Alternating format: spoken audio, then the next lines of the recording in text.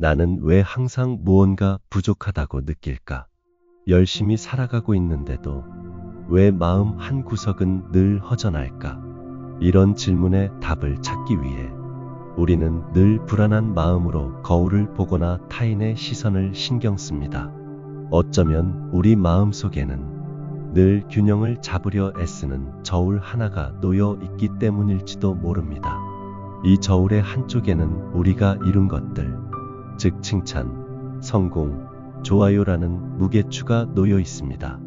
다른 한쪽에는 우리의 자존감이 놓여 있죠. 우리는 이 저울의 눈금을 보며 하루를 시작하고 하루를 마감합니다.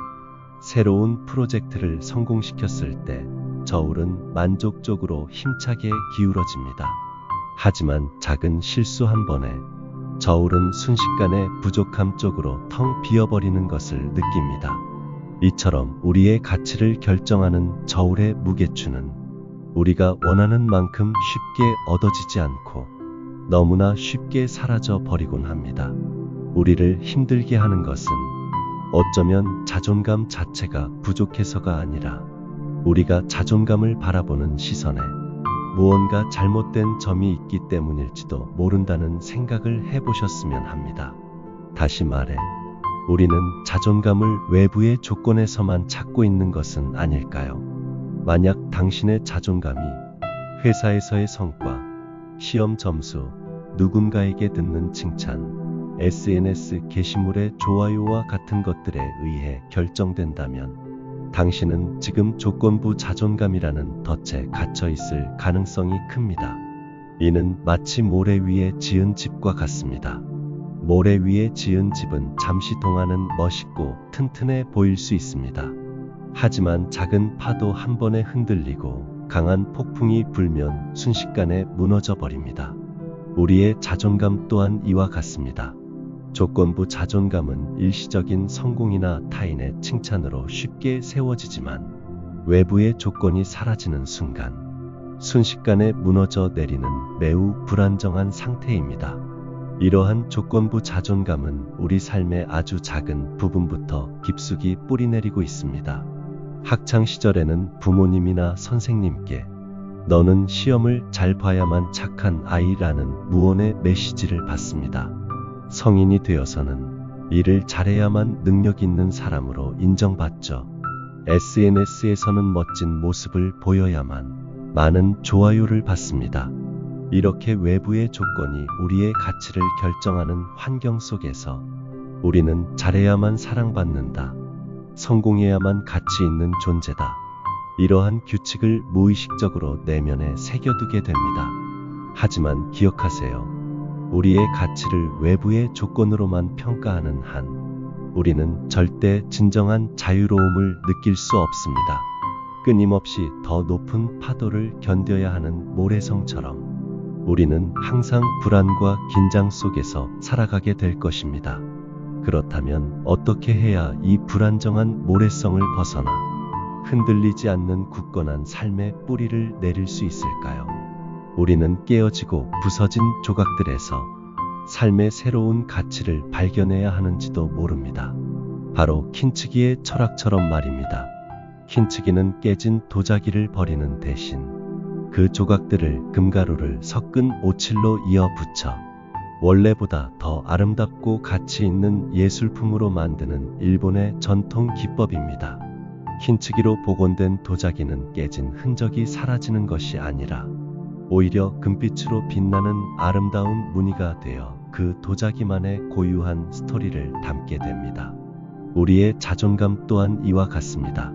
우리가 완벽해지려 노력할 때가 아니라 우리의 불완전함과 실수 그리고 상처들을 있는 그대로 받아들일 때 비로소 진정한 자존감은 시작됩니다.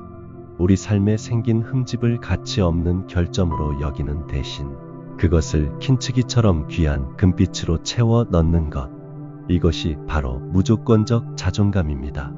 이러한 무조건적 자존감은 우리의 존재 자체에 대한 확신에서 옵니다.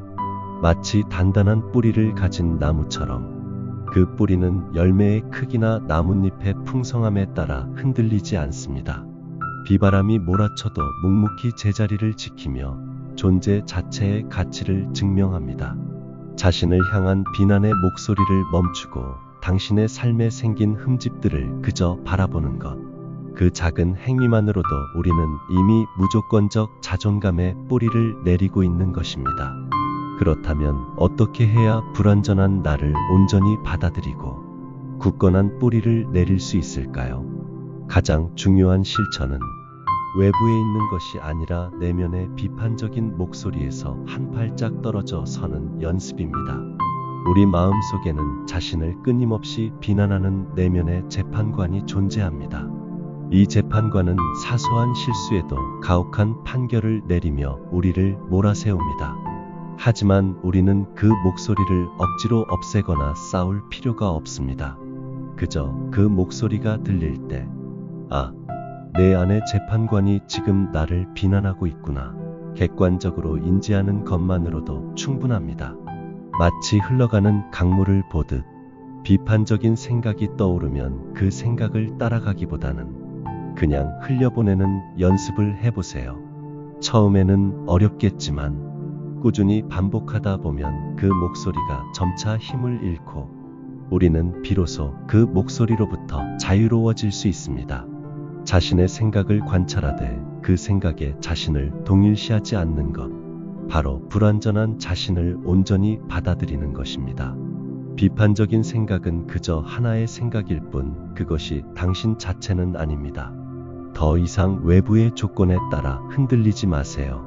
완벽함을 쫓아 자신을 채찍질하는 대신 불완전함을 있는 그대로 받아들이세요. 그리고 내 안의 목소리를 관찰하고 흘려보내는 연습을 시작해보세요.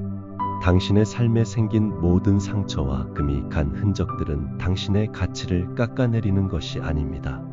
오히려 그것은 당신을 유일무이하게 만드는 특별한 금빛 무늬입니다.